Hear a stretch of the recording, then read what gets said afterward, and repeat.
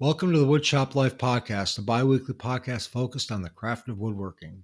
My name is Guy from Guy's Woodshop, and I'm joined as always by Hui Huynh, also known as the Alabama Woodworker. Say hello, Hui. Hello, Guy. Oh, hello, Hui. And Sean Walker, the creator of Simple Cove. Hey, guys. Hey, Sean. So this podcast is intended to answer questions from the woodworking community and give you guys some of our perspectives on how things we get done in our own shops.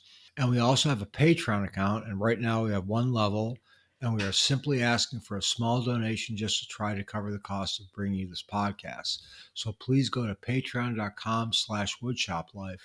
And I also like to say hello to a new Patreon we have this week, Ben Baker. Hello, Ben.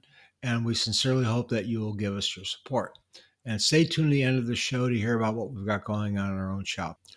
So let's get right into it. Hui, you are at bat. Not at bat. You're at bat. You have the first question. So this is from Ben in North Carolina, and he's actually one of our Patreon supporters. So thank you, Ben, for being a supporter. I'm a garage hobbyist who loves to work in the shop as a getaway from real life. Generally speaking, I'm a neat freak, and the dust in my garage makes me crazy. I'm currently using a 2 horsepower Harbor Freight dust collector with a Dust Deputy XL and wind filter. I've got a combination of PVC piping and flex hose to my tools. The PVC joints are taped together, but not glued. I try to keep the wind filter blown out and have even taped the top of my plastic bag to the metal housing for a better seal. Every time I turn the collector on, I get a ton of fine dust in the air. It covers everything in the shop and even gets to the point of looking a little foggy. I intend to get an air cleaner or just some box fans, but I can't imagine that it will take care of all the fine dust.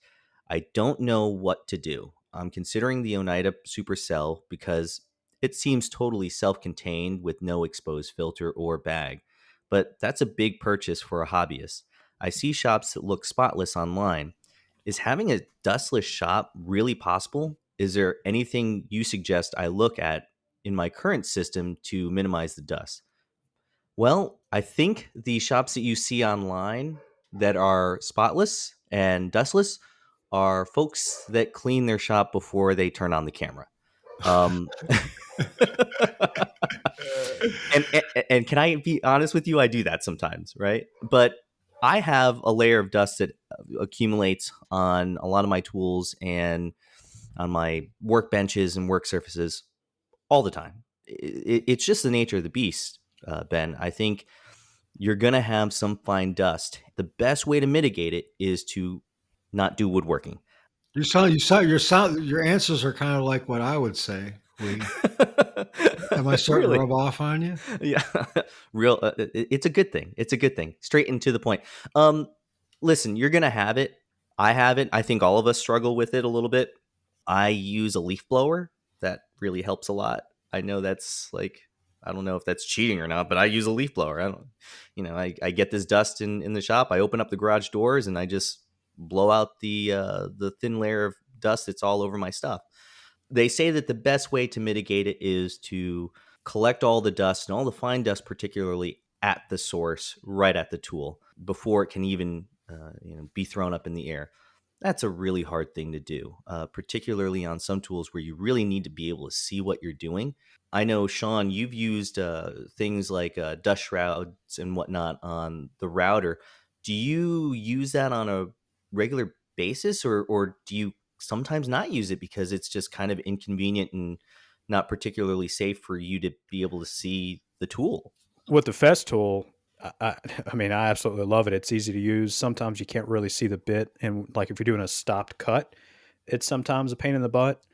But I tell you, I had the Bosch 1617 before the Festool, and I bought the Oneida third party thing for the dust collector for the router, and it was a pain in the behind to always put together and change the fittings and whatnot. But on the Festool, it's super simple. They've got it figured out. I'll use it every single time that I can, and unless I can't see where the bit's going to stop. But I love it. A couple things that I would mention to Ben, and I know Guy has brought this up before. Those filters, they actually do a better job with the more that you use them, and they, the more dust that gets in them. Mm-hmm. I'm wondering if you're cleaning it out too much, Mm. and it's not really, it's not doing a good enough job capturing. I know that sounds counterintuitive, but I've heard guys say it, and I've read this stuff myself. The more dust that gets packed into those filters, the less stuff that's going to come through. And I'm just wondering if you're perhaps cleaning it out way too much, or if you have a leak somewhere that you're not aware of. To be honest, I've never had an issue unless I had a leak on the bag or something, where when I turn the collector on, I get a ton of fine dust in the air, and I get a fog look in the shop. To me, that sounds like you've got an issue going on somewhere. You've got a leak and some fine dust is blowing out or something. I mean, I've never had that problem in my shop. Yeah, I get some dust, but you can't see it. It's only one of those things where if you turn the dust collector off, come back an hour, 2-3 hours later, and you feel the top of a surface, you may feel something. But if it's looking foggy in the shop, you've got a leak somewhere, in my opinion. Check your Yeah, bag, check your filter, and go from there. I agree with you. That was the first thing after we read the question. That's the first thing that came to my mind is there's a leak somewhere. Because if Yeah. you've got a wind filter, that's a MERV, whatever number it is. I really don't know. It's a MERV something. And it's rated down to 99.7% of all particles to 1 micron. Micron being 1 millionth of a meter, really Mm-hmm. small. Yeah. So even clean, it shouldn't be letting any of that dust back up into the air. Yeah. So if you're turning it on and you're getting a big dust cloud, you've got a leak somewhere in your system on the suction side, Mm. or excuse me, on the pressure side Mm. after Mm-hmm. the motor. Yeah. Yeah. So I would check all of that stuff after the impeller. There's somewhere between the impeller, which is the big fan thing, and the actual wind filter. Right. Somewhere there's stuff getting out. Yeah. Yeah. Good point. Good Yeah, point. one thing that I do when I empty my bag, because I've done it before, I'm not putting it on right, and it blows dust. But what I will do is I will wipe around the place where you connect your bag, make Mm-hmm. sure it's completely spotless, and the Mm. top where the filter is. And when you turn it on, if you can't visually see it blowing out, you're going to see some dust blow up on the dust collector where you mount the bag, and you'll see that'll be a sign of where you're getting the leak. Yeah, Yeah. you can also take like a incense stick. They actually sell these things that look like incense sticks. I can't remember what the hell they're called, but they sell them to the HVAC industry. And Yeah. Yeah. To and find where you it's getting suction in. Yeah. yeah, you light it and it creates a smoke trail, Mm-hmm. and you can see where pressure's coming out or things are getting sucked in. Me, I just light up a cigarette and I do that. But not everybody that can do that. But uh, I forget what they're called. There's a name for them. mm-hmm. But you can do that and find out where it is. It really sounds like a leak to me. If you're Yeah. That's a turning it on and you're getting a big cloud of dust and you've got a wind filter on there, you got a leak somewhere. It's got to be. Yeah, that's a really good point. I've never turned on my dust collector and had like a fog come up over, my shop. That I did sounds before I had a good dust collector. mm, mm, Yeah. mm. So Well, hopefully, Ben, that helps you a little bit. I know that gives you a little bit more troubleshooting to do, but at least you get a little bit of insight as to what may be the cause of your issue. With that, I think, Guy, you've got the next question. Or no, I'm sorry, Nope, Sean. Sean's got the that's next right. question. All right, this is from MLBet Woodworks. I'm finishing a large table. It's 10 foot by 5 foot, and I would like to use shellac on it and then seal it with a water-based poly, specifically General Finishes high performance water-based satin. So I'm guessing what he's doing is he's trying to, get a little color on it and then use a mhm. water-based poly. So his It's a good questions plan. are: how important is it to keep a wet edge with shellac? Since it dries so quickly, I can see some difficulty keeping a wet edge on a piece this big. If so, any advice on how to do that? Well, I'm not. I'm guessing you're talking about brushing it on, and that's what I'm going to guess when I'm answering this. But with a piece that large and using shellac, I'm not sure you're going Tough. to be able. What? It's tough. Yeah, it dries too fast, so I'm not sure how you're going to handle that. So it's just one of those things you just got to play by ear and see and see what if it's sticky. You may just not be able to overlap it. You may just have to get as close as you can and do the best that you can. I know I've seen some folks online talk about some thinners like I forgot what it's called. It's spelled BEHKOL. Some folks have had good success with that, with thinning it a little bit to maybe give you a little bit more time. But even then, with a table that's 10 foot by 5 foot, so you're talking about 10-foot long passes. I would just get it as close as you can, and you may not be able to overlap it. Even though you talk about your temperatures being 68 degrees with low humidity, you just got to do the best that you can. If you're brushing something like that, obviously spraying would be more preferable, with something that large. But I don't think you can. I don't think you can worry about a wet edge with something that large with shellac. Just butt it up against the previous row and do the best that you can. And on the second question, on a test piece, well, let me pass this first question on before I move on to the second question. Have any of you brushed on shellac on a table anything this large, a 10 foot by 5 foot? And if so, what are your opinions on the matter? I've not brushed, but I've used a dauber or a rubber, whatever you want to call it. And yeah, it definitely is a challenge keeping that wet edge. And, you just kind of have to move and move quick. And a lot of times it's just going to be applying what you can and then going back and, lightly sanding to even it all out and doing it again. That's all I've done. Yeah, shellac dries really fast, whether you're using I call it a rubber weight, just because I like saying rubber. I'm not a big fan of brushing shellac, but it's just to each his own. A table that big, using a rubber or even a brush to get the shellac on, it's going to dry really fast. And trying to keep a wet edge on a 10-foot table is going to be difficult. What I'd recommend doing if you want to put shellac down first is rattle cans of shellac. Yeah. If you don't have a sprayer, use a rattle can and just move I don't want to say move as quick as you can, but move as quick as you need to when you're spraying it. Hold it about 6 inches above the surface. Try to keep a spray pattern that's probably about 7 to 10 inches or so. It might take a couple, 3 coats, but something that big, I think a rattle can's your best thing to do. All right. So the second question is, on a test piece I've been using, the above mentioned poly is drying fast, as in completely tack free in under 10 minutes. I'm working indoors in central Ohio with temps above 68 and low relative humidity, probably around 35 to 40%. Should I be concerned that the poly is drying that fast? Will it cause any problems? Again, I'm not sure how you're applying it. If you're spraying it or brushing it, it kind of sounds like he's spraying it to me. Just spraying a really thin coat. But I'm not sure. Next time, perhaps give us a little bit more information on how you're applying it. But if you're applying thin water-based poly in those type of temps, I mean, tack free in under 10 minutes, it sounds kind of fast. Are you surely you're not thinning it? I don't think there's anything to be concerned about, but 10 minutes is fast. That's very, very fast. Yeah. Very fast. So I don't know it sounds like you could be spraying an extremely light coat.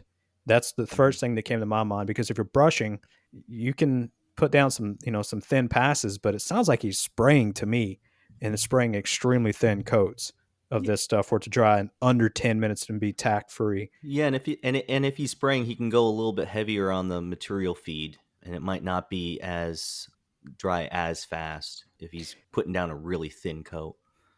Yeah, but 10 minutes is really fast. 10 minutes is really fast. And I don't know if it surely is not meaning like 10 minutes for the entire table, but I guess, I don't know. It's hard to tell with that much more information about how you're applying it.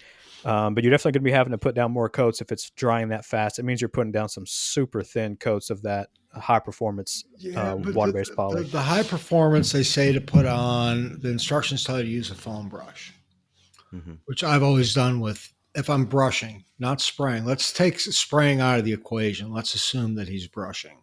Because spraying is easy. You just need to up the fluid.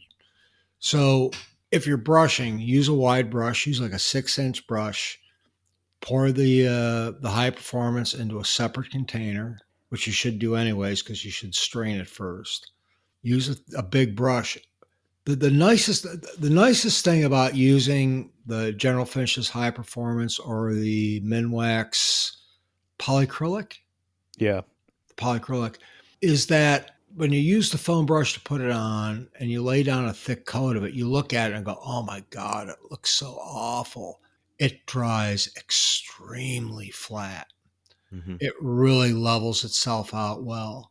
So a 10-foot by 5-foot table, I would feel very comfortable taking like a 6-inch foam brush Mm-hmm. and putting that stuff in a separate and getting a really nice soggy edge on that foam brush Mm-hmm. and going from one end to the other. And if you can't go from one end to the other, that's fine. The nice thing about water-based poly is not only does it dry fast, it levels well, which like I mentioned before, but it also sands really easy. Yeah. So if there is any inconsistencies that you might find, it's a very easy finish to level with sandpaper. And I typically use like a 320 or a 400 grit. I got to say, on a tabletop that size, I would bypass using a foam brush and try using those large foam Roller pad applicators. Oh, And I've used foam rollers as well on Okay. big cabinets. Yeah, you can they do work that. great. As long as it's foam. Mm-hmm. That's the thing. They specifically say use a foam roller or foam brush. Yeah. I don't know why, but I'm not a scofflaw. I follow directions most of the time. Most of the time. Most of the time. Hui, do you have anything on the 10-minute tack time? And I mean, I can't think. I can't think of anything else. I mean, again, that's very fast, so it makes me think that he's spraying. Yeah, I don't know how you could apply it by hand with a foam brush and have it dry in 10 minutes unless he somehow mastered the art of super, super thin coats by using a brush, which, Mm-hmm. hey, congrats if so. But, I would then be concerned about how many coats do I really need to put on here for protection. If they're drying that fast, it's kind of thin. Mm-hmm. Mm-hmm. But anyway, hopefully that helps. Next time, give us a tad bit more information about your application methods. Maybe we can help you out a little bit better. But with that, I'm going to pass it off to Guy for his first question. All right. This is from Chris. This is a pretty good question. I like this question. It says, hey, fellas, when starting a clamp collection, what size parallel and F-style clamps do you use the most? My future projects include several cabinets for a wet bar, benches, coffee table, and maybe a round dining room table. Thanks for the help, Chris. This is kind of like we could spend a whole hour talking about clamps, and everybody's got their own opinion on them. Mm-hmm. I'm still kind of old school. I like pipe clamps, Mm-hmm. specifically the Pony Jorgensen clamps. The old ones, not the new Chinese-made crappy ones. I've used the Bessies. I'm not a huge fan of the Bessie pipe clamps. I don't like the mechanism that holds them. Mm-hmm. As far as what size goes, I do have a few parallel clamps, and sometimes parallel clamps are handy. Mm-hmm. I've got, I think they're 50s and 24s. I've got 4 of each. F-style clamps, I have a ton of F-style clamps. That's what I use the most. I use medium, not the light duty, but the medium duty F-style clamps. I use those all the time. And mainly the reason is when I'm doing like cabinetry and stuff like that, all I want to do is put enough pressure on it to bring the joint together. Once the joint is closed, I stop applying pressure. And I know there's a lot of people that apply, I got to put 600 pounds of pressure on this joint. I'm not a big believer in that. So for me, I prefer pipe clamps. And I've got a few parallel clamps, but I've got a ton of F clamps. And they get the job done for me. Hui, what do you find yourself using most of? I use quite a bit of parallel clamps. In fact, actually, I don't have any pipe clamps, but I've been meaning to get some because Really? You don't have pipe clamps? I don't have any pipe clamps. Heretic. I know. No, I would like to get some though. eventually. I do use a lot of F-style clamps, just like you. I've got 6-inch, 12-inch, and 24-inch F-style clamps. But in terms of the parallel clamps, yeah, I've got 24s, and the 50 inches are probably the two that I use the most. Yeah, they sell those in sets. That's why a lot of people have the 50s and the 24s. Do you remember, and I know we're just like sort of reminiscing here, but it used to be like Black Friday deal, right? Yeah. And Jet Yeah. used to always have Yep. for 24 parallel. 20, yeah, you could get up to 2 pairs, or I guess a set of 4. And now they don't do it anymore. I can remember, I think it was like a year or two ago, a whole bunch of people bought them, and it took like 6, 7, 8 months for people to Yeah, actually I was get part of that crew. they crashed the websites.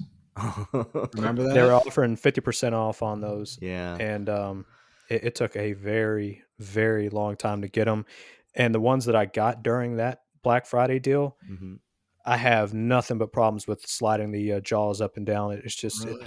it's Really? it's the quality control and that is way different. And so I rarely use them, and I use Bessie's. But Yeah. yeah, I was part of that crew. Now, I do like using those the trigger clamps. Bessie sells them. Pony Jorgensen sells them. Not I Like the quick clamps? Yeah, the quick clamps. Yeah, those are kind of nice just to hold something in place while you put an F-style clamp on Do it. you know that those put more pressure on a joint than parallel clamps do? Do they really? Oh yeah, they can. The heavy duty clamps Yeah. can apply up to 600 pounds of pressure. That's a lot. Those things kick butt. I Yeah. use them at work all the time. I actually had them buy me a bunch of those quick clamps. Yeah, so I've got a few of those, and I do like those. Sorry, my dogs heard somebody outside going crazy. I do use a bunch of those, a few of those, and parallel What clamps size? and F-style clamps. That's Yeah, about. what size? Oh, the those quick clamps, 12 inchers are the ones that I use the most. Okay. I started out using pipe clamps, hated it, got rid of them, bought parallel clamps, and a majority, 99% of the time, I'm grabbing 24-inch parallel clamps. I have the Bessies and the Jets. I prefer the Bessies. 24 is my go-to.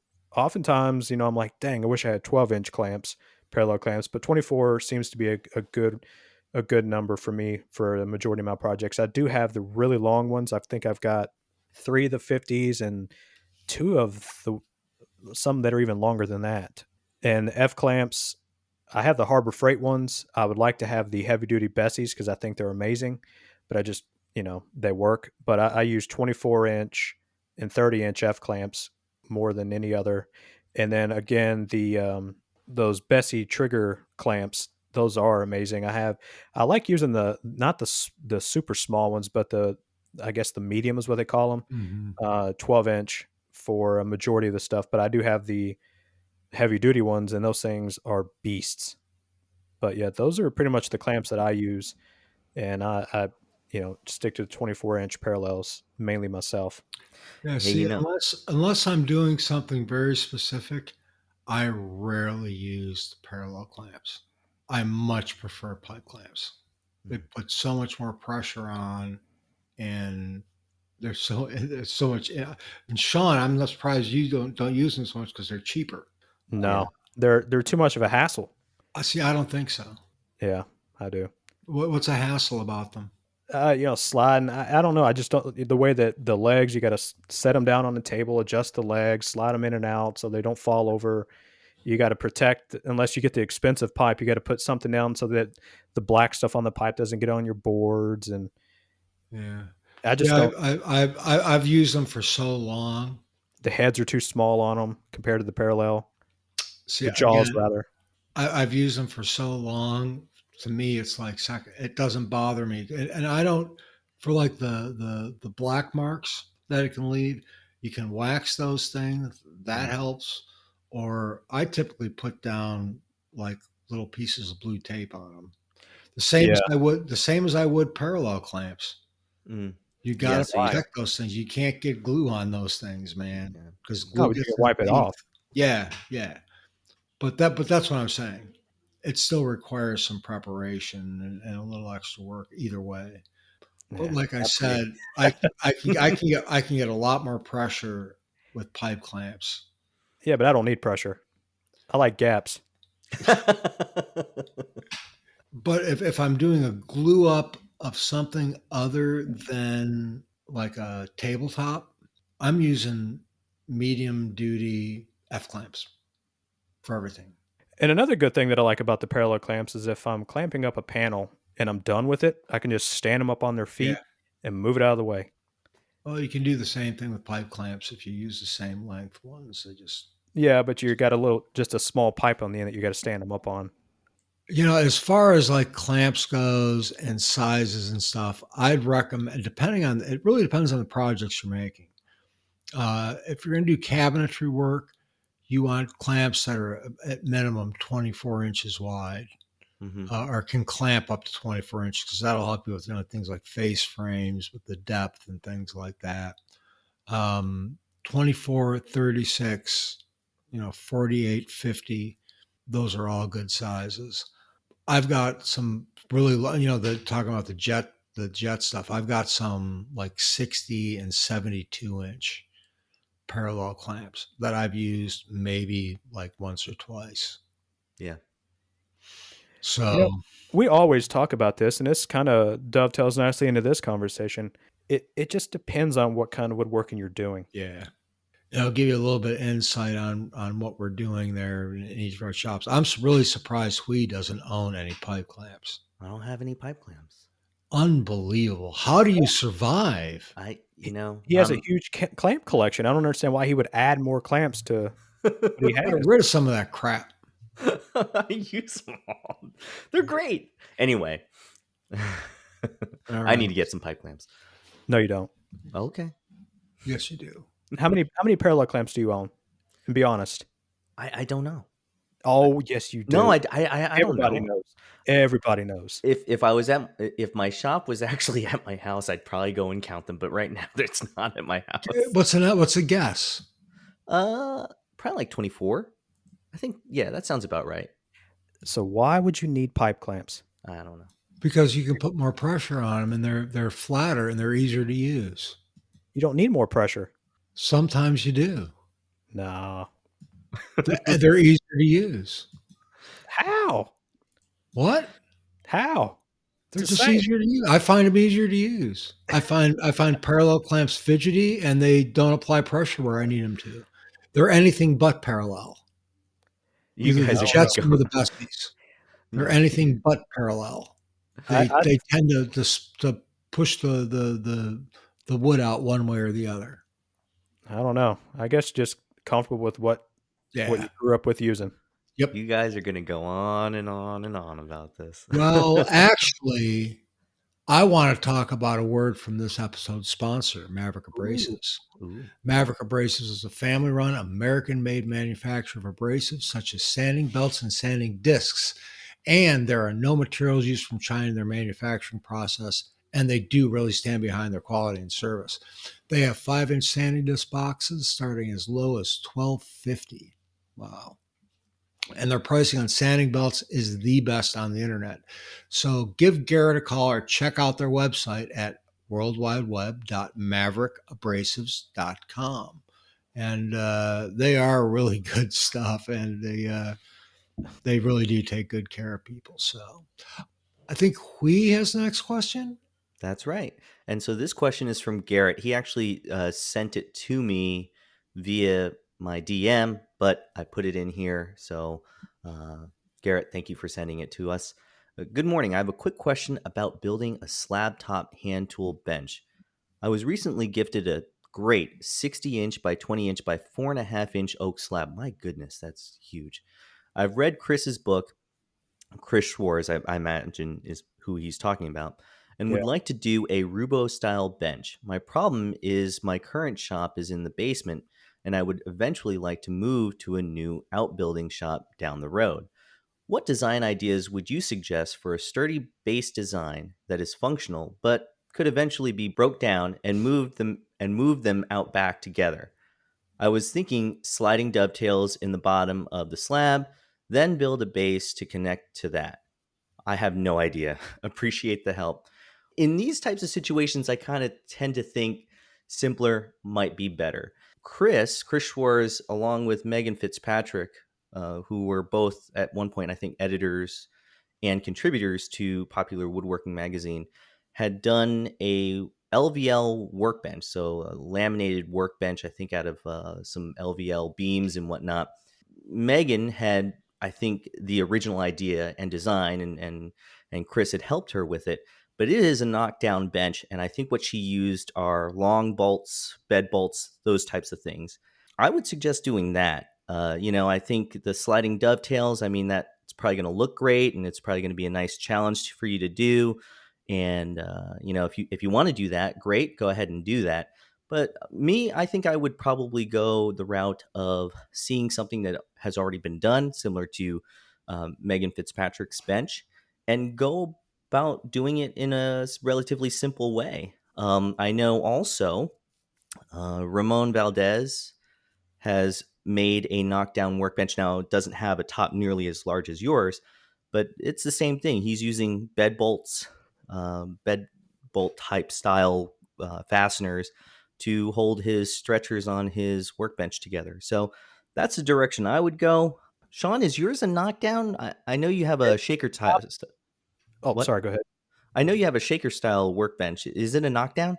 The top is attach the top through the bottom of the aprons using bolts, so I can pop the top off. Mm-hmm. The base is mortise and tenon, Mm-hmm. so it's glued together. However, if you want to make it, attach the top using bolts, like we talked about, use peg mortise and tenons on the aprons, and that's about as knocked down as as you can get, in my opinion. I know Fine Woodworking also has a build series about building a bench, and they talk about the peg mortise and tenon on the aprons. Now the side aprons, you could probably do that, but you typically want that flush with the front of the bench, so you could glue together the side aprons.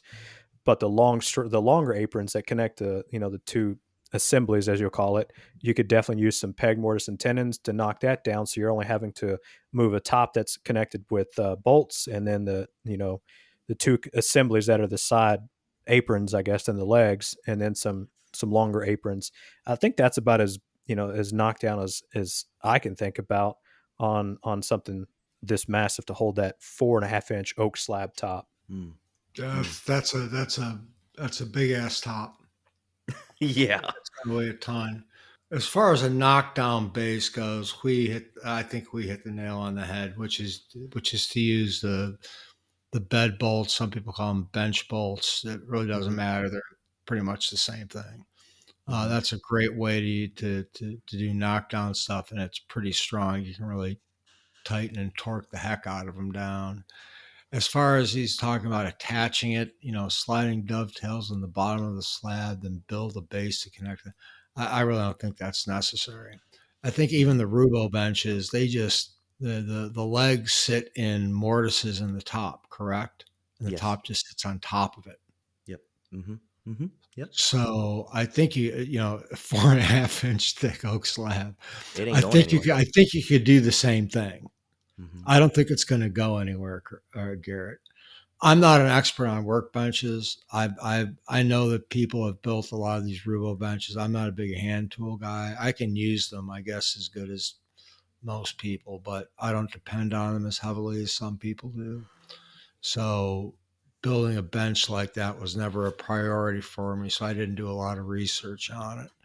That being said, the bench I built for myself is very small, but it weighs probably 350 pounds. It's heavy. It's a little beast. I mean, it's like a big rock in my shop. That's the only thing I can recommend to you. If you're going to put something together, make sure it's sturdy and heavy and can take the pounding you're going to give it. That's all the advice I can give on a workbench. You could also use pocket holes. Just joking, by the way. Yeah. Don't do it and then get mad at me. Just some Craig screws, no glue. It'll hold together fine. Yeah. There you go. All right. With that, I think, Sean, you've got the next question. Yeah. All right. This is from Matt. Hey fellas, two questions for you. We got another two question here. Purely hypothetical. You can only have one table saw or track saw, and why? And Ooh. I'm going to pass this around before I go to the next question. But for me, 100,000% table saw. It's just, I mean, come on. You can, Yeah. it's, there's too many creature comforts between, dados, cutting angles, the jigs. Yeah, you can do some of that with a track saw. There's no way I would have a track saw over a table saw. I understand some people are limited in their space. I get it. I'm not hating on you. You do you. That's awesome. For me in my shop, and I should have prefaced that by saying this, table saw 100% just because of everything you can do with it, without a doubt. And I'm gonna, Guy, what do you think? Table saw or track saw for 500? Table saw. You sure? Absolutely. I really like having my track saw. And if I'm building any type of cabinetry or I'm working with sheet goods, I love my track saw.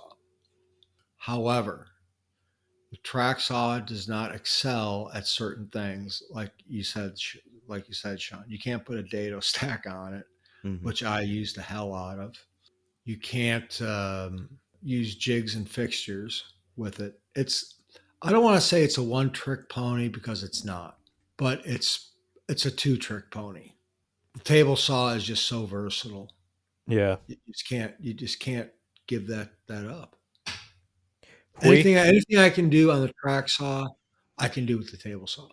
Yeah, I'm going to agree 100% with all of you and go with table saw just because I'm creature comforts, like you said, Sean, and then all the jigs and fixtures that I have with the table saw guy, all those things. I have nothing more to add other than the fact that, yeah, I just prefer it. I'm used to it. Yeah. It also depends. I've seen plenty of videos of cabinet makers that do nothing but use an MFT and their track saw and get everything done they need to with with a couple of other tools like a domino or a biscuit joiner or something like that. So don't get me wrong. It again, it kind of goes back to the other question. It depends on what kind of work that you're doing in your Mhm. shop. Hmm. Yeah. Uh, Yeah, and that's Can you, awesome. It's awesome that they can do that. absolutely. Yeah. And I watched the video. And I was like, dang, can I really get rid of this table saw and do this? I'm like, nah, no, I can't do it. You know who uses their track saw like all the time and does amazing work with it is Eric. Eric at Poplar Shop. Yes, He uses his track saw like crazy, but he also yes. builds a lot of cabinetry too. Yeah, it builds a lot of cabinetry. I like that he has the room for that big 4x8 table in there to break down his sheet goods, man. I'm just so jealous of that. I'm like, dang, Yeah. I want that instead of laying on the Yeah, floor and all that crap. yeah. But Uh, question number two, when sanding back, how far is back? Are you aiming for a perfectly flat surface? This is harder to achieve on open grain woods like oak, yes? Mm. I think it depends on what kind of finish that you're trying to achieve. Are you going for like a high polish? Then I'm going for perfectly flat. If I'm going for, hey, I'm putting slapping on some armor seal, got 4 coats going, I'm just removing the dust nibs and then until it's smooth by hand, wiping it off and applying the next finish. I'm not too concerned about making it perfectly flat when I'm doing something like that. But if I'm going with the high polish, yeah, I'm going to sand it until it's perfectly flat, and then it's a consistent that sanded appearance, and you have no shiny spots, so that way it's perfectly flat, and then continuing the finish recipe. But it just depends on the finish and what you're trying to achieve. Are you high gloss or no gloss? It just depends on where you're going. But what do you think about this? How far back do you go when you're sanding on the finish? Um, I don't know. I just get it to a haze. When I see that when I've hit all of the finish, right? Do you rub it with your hand? Like if you like I said, if you're doing like a high polished, that's a little bit different. You're got to work it a whole lot more than if you're doing a satin or semi gloss armor seal. But Yeah. when you're sanding, are you constantly rubbing it with your hand to make sure you got all of the nibs and stuff? Yeah, I definitely rub my hand across it just to make sure that I got all the nibs and that I've got those sections of it flat. Yeah, I see what you're saying. Yeah, I agree with you. I agree with you on that. Yeah, for me, sanding back, all that means to me is getting rid of the dust nibs, and I'm using my hand, Hmm. even though I'm old and grumpy. My hands still are pretty sensitive, so I can move my hands over a tabletop, and I can feel. I'll sand it back. It's all done by hand. I don't use a power sanders. Mm. Yeah. It's all done by hand. Well, that's not necessarily true, except with water-based poly. I use a 500 grit sanding pad. Anyways, Hmm. so but for any other finish, I'm just using 320 or 400 to sand back. It's very light. I'm just Hmm. scuffing it, Right. brushing it off, and then running my hand over it to feel any dust nibs. Once I've got that finish, even the first coat, just like a seal coat of shellac, and I'm sanding it back, I'm just making sure it's still, you know, nice to the touch and smooth. That's all I'm doing. Yeah, you're not removing all of the coat that Yeah, you put down. yeah. Yeah, All I'm yeah. doing is just trying to get rid of any imperfections that there might have been in the finish. Mm. And then I'm Yeah. putting another coat down. With like shellac, I'll put a coat down, sand it back, and then put like two or three coats down before I sand again. Mm. Now So going for a super high gloss with something like shellac, obviously, that's gonna be a little bit different. You're gonna not saying compared to what you just said, guy, I'm just talking in general. yeah, You're gonna build up those layers to get a thick layer, and then you're gonna sand it back using perhaps a high grit on an orbital sander, and then you're going to be able to tell where there are high spots and low spots based mm, on the differences in the sheens of the glossy spots, and you're going to want that completely flat in one tone, one sheen before you then switch grits to the higher grits and build that polish. So if you're going for a higher sheen, you're definitely going to be doing a little bit more work to leveling that out. But yeah, Mm. varnish, whatever, we're just removing the dust nibs and then applying the next coat. yeah. Mm. Yeah, All right. Hope that helps. Gonna pass it right off to Guy. Okay, and this is the last question. Yep. that's right. Man, time flies when you're having fun. This Hmm. Huh? is from Chris Olson. And Chris writes, "Good day, gentlemen. Great information, but let's jump right in and not boost your egos any more than necessary." Ha, ha, ha, ha. This is 4 paragraphs, but they're not really long paragraphs. But I'm going to read it because everything he says in here is pretty much relative to what the conversation is going to be. My wife and I built a custom house in 2020, which somehow has a master closet that's only 50 square foot smaller than my wood shop. Ooh. Well, I don't believe that's true. Oh, okay. It says, okay, kidding. I'm grateful to have my own shop space, but I would like your thoughts on using pre-finished plywood for making built-ins for said closet. It will be a huge project, and the thought of spraying latex or a pre-cat lacquer on that many cabinets sounds daunting. The built-ins will be some shade of white with lower drawer banks and upper open shelving hanging areas. On the lower sections, I can use UV finish ply as the interior will not need to be white, but can I get custom colors for the open uppers? If I go the route of using pre-finished ply, then all joinery will need to be concealed, and I would likely need to purchase a system for this. The Lamello P system looks slick, but a hefty investment. What system would you choose for this application? Thank you for your input, Chris. So let's talk about the first. There's basically two questions here. Hmm. What kind of plywood should I use? So you can get plywood that's UV1 or UV2. UV1 means it's finished one side. UV2 means it's finished both sides. Hmm. And if you're building cabinets like this or built-ins, and you want the interior to use the pre-finished ply, I would get UV1 because Hmm. in most cases you'll never see the other side. You'll only see one side, Hmm. correct? Yep. Hmm. So get UV1. As far as spraying them goes, those parts of the cabinets, all you do is, build the uppers as a separate unit and just turn the wood around Mm-hmm. and use the other side, the unfinished side, and then Right. spray it. Mm-hmm. As far as spraying goes, I would use, I wouldn't, myself, I would use a pigmented water based lacquer if you're going to spray. Mm-hmm. And that comes out really nice, and you can get all kinds of colors. Mm-hmm. So that's the first part of the question. What do you think, Lee? Yeah, totally agree. UV1 for the interior finished ply. Yeah, having the unfinished side out. Make sure you use a good primer. Well, actually, if he's using some type of lacquer, then he probably wouldn't need to. He would just be using the lacquer as the first coat as the primer. Another thing is to protect the interior. I know a lot of people will mask the inside. A cabinet But guy you but, once but told. but if you're doing built-ins, you don't need to mask the inside because you're not spraying anything. You're not spraying the outside of it. They're going up against each other, up against a wall.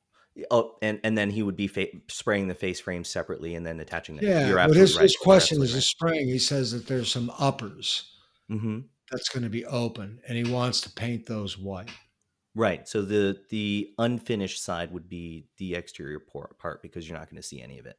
Yeah. So I'm just saying, flip the plywood the other way Mm-hmm. and use the unfinished as the inside, and then just spray that. Yep. Yep. Yeah, I agree, 100%. 100%. All right. I like using. I've used pre-finished ply a few times, and dang, it's nice. It's wonderful, isn't Yeah. it? Oh yeah. Oh yeah. Have you ever used the pigmented lacquer, Sean? No, I know no, he has. Yep. no. I don't have the room to spray, and it's just too much of a hassle. Yeah, you got that nice sprayer. You should try it sometime. You really should. It sprays really easy. It doesn't create a huge mess. It lays down real nice, and it's very easy to apply. So I'm just Oh, going I'd to throw like to, but that. I just haven't. And that's much better than spraying latex. So now we get to the second part of his question. And he says, if I go the route of using pre-finished ply, then all the joinery will need to be concealed, and I would likely need to purchase a system for this. All right. If you're doing built-ins, this is just like the UV1, where you only need the finish on one Right. side. Mm-hmm. Built-ins, all your joinery is going to be going from the outside in. In other words, like screws through the carcass or through the sides into your Mm-hmm. shelves and tops and things like that. Mm-hmm. You will never see them anyways. Screws and nails. Exactly. Yeah. Simply because they're going to be butted up against each other Mm-hmm. or up against the wall. Right. And on the one piece that's on the end, you just put an end panel on it Yep. if you do have an open thing. Mm-hmm. So the way we've been building cabinets at work lately, it's real simple, man. We don't even use glue on them anymore. We just set the things down. I use staples instead of nails. Mm-hmm. I put, staples in it, boom, boom, boom, 2 or 3 of those, and then I just drive, don't even pre-drill. I drive 2-inch self-tapping screws in, just zip, zip, zip. Yep. And in 10 minutes, I got a complete cabinet.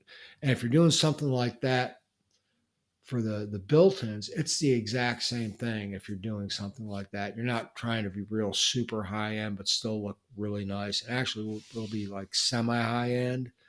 Nobody can tell. You don't need any fancy joinery system. The Lamello P system is a good system, but it's really for knockdown furniture. So you can build this thing in your shop, take it apart, and then just assemble it upstairs. If you need to do that, yeah, I would look at the P system. Festool also makes a good system. I think it's a little labor intensive to use, but it's still a good system. And there's some other options out there. So, Yeah. What do you think, Sean? I agree with everything you said about using screws. You're not going to see them, and throw an end cap on. there's no need to invest in a system like that for something like this. But if you're looking for a reason to, obviously, you could use this as an excuse to get something.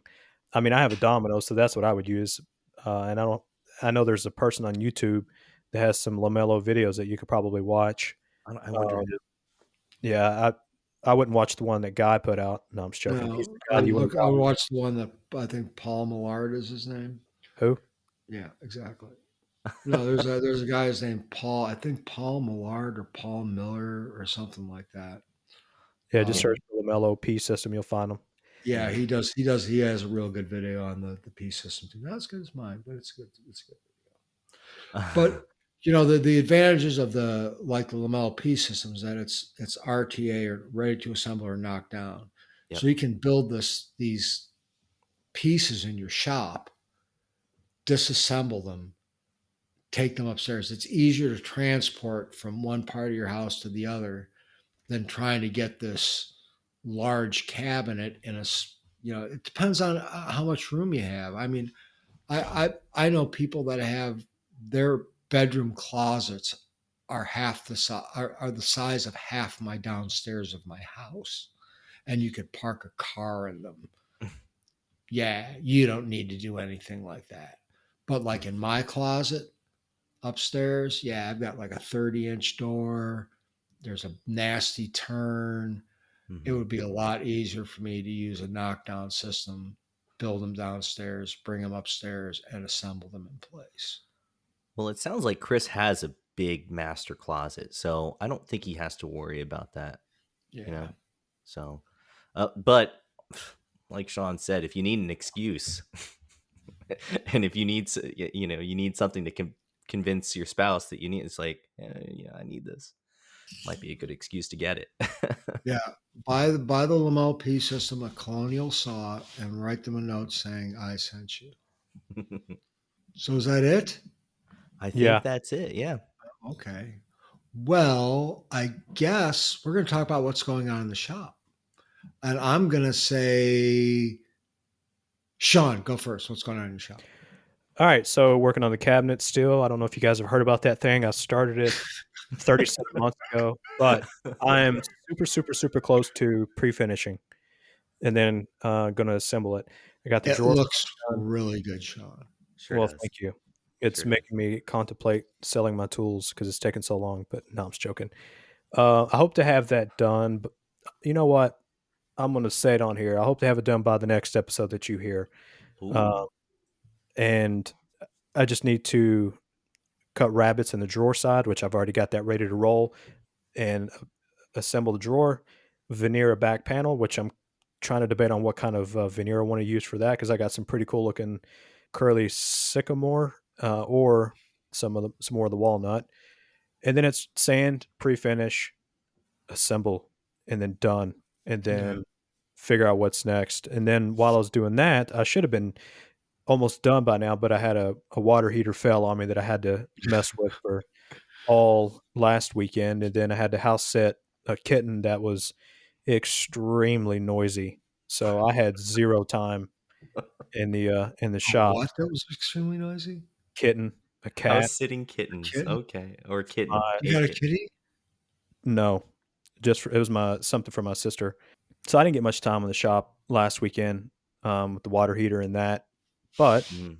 and then we had some ice and snow, and I just didn't feel like dealing with it. But I'm super close, and I'm going to hold myself accountable, say I will have it done by the next episode, or at the very least, applying finish on the dang thing. Yeah. Like I said, it looks really good, Sean. Doing curved doors like that. I mean, it's not an easy task, especially hanging it when it's veneered because you can't trim the door.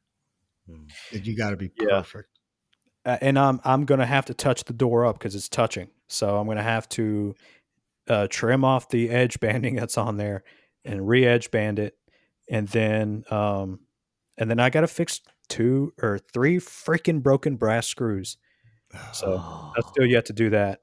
Are you Eh, chasing your threads with a steel screw Oh first? yeah, I'm Oh. pre-drilling and then chasing it with steel screws.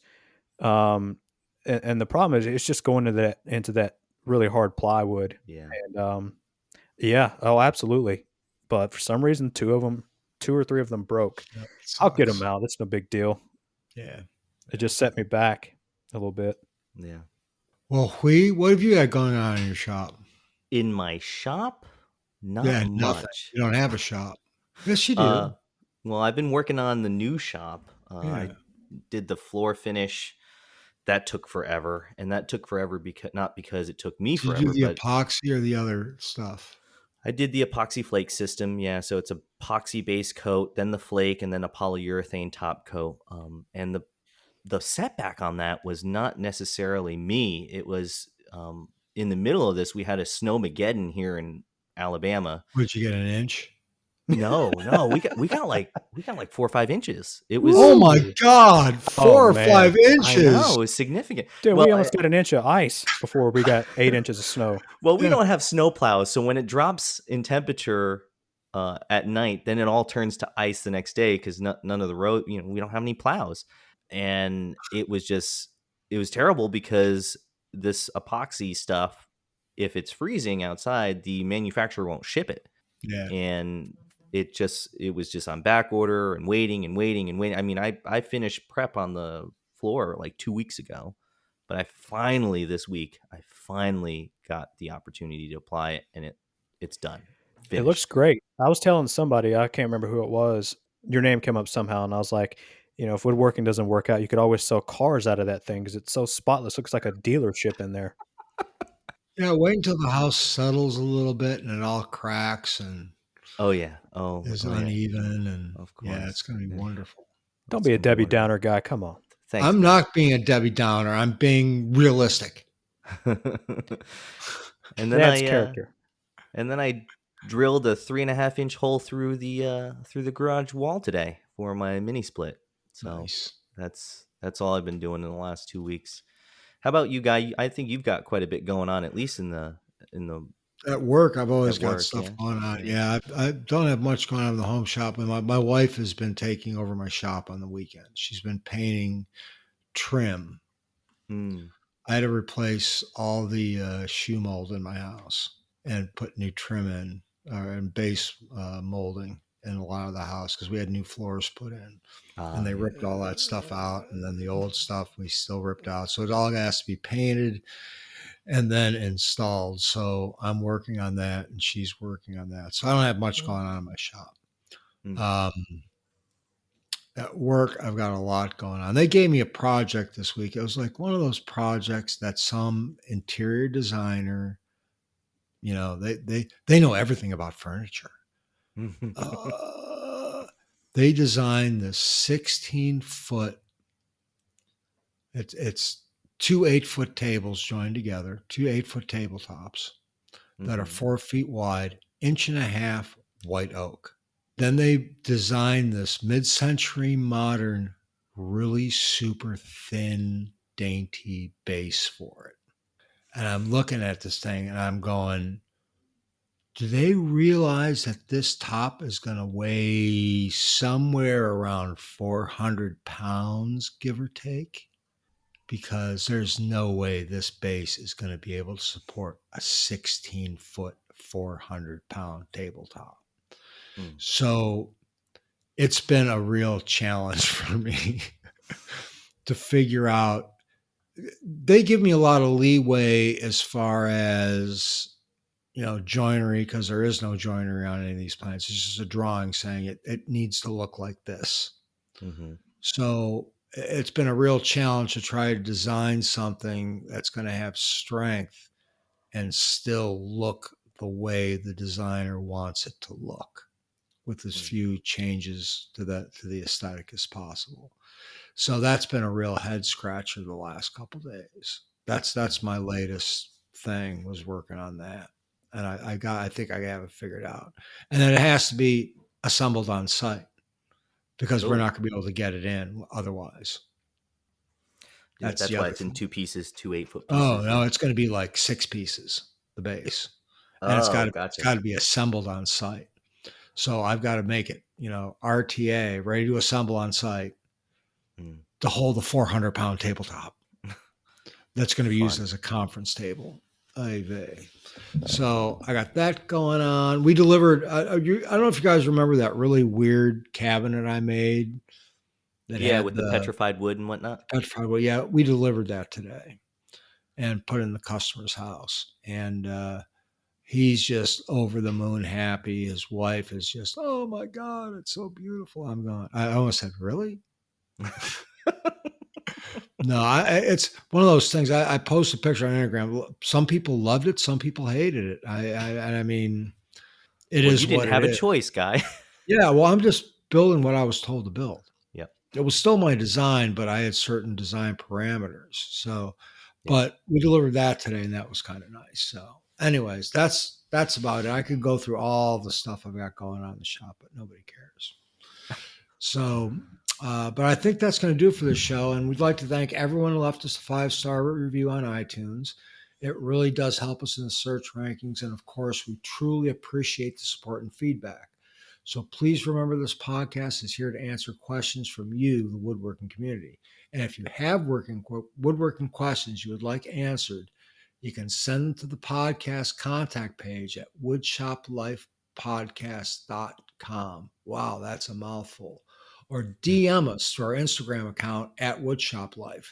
And you can reach me and find me at guyswoodshop.com and Guys Woodshop on social media. And where can you be found at, Hui? You can find me at alabamawoodworker.com. All the links to my social media are on my website. And Sean, where can we find you? You can find me at Simple Cove on YouTube and Instagram, and simplecove.com, where you can share your projects and create your own portfolio, and see mine at simplecove.com/Sean. No, Nice. awesome. All right. We will talk to you guys in a couple weeks. Talk to you in a couple. See ya. See you.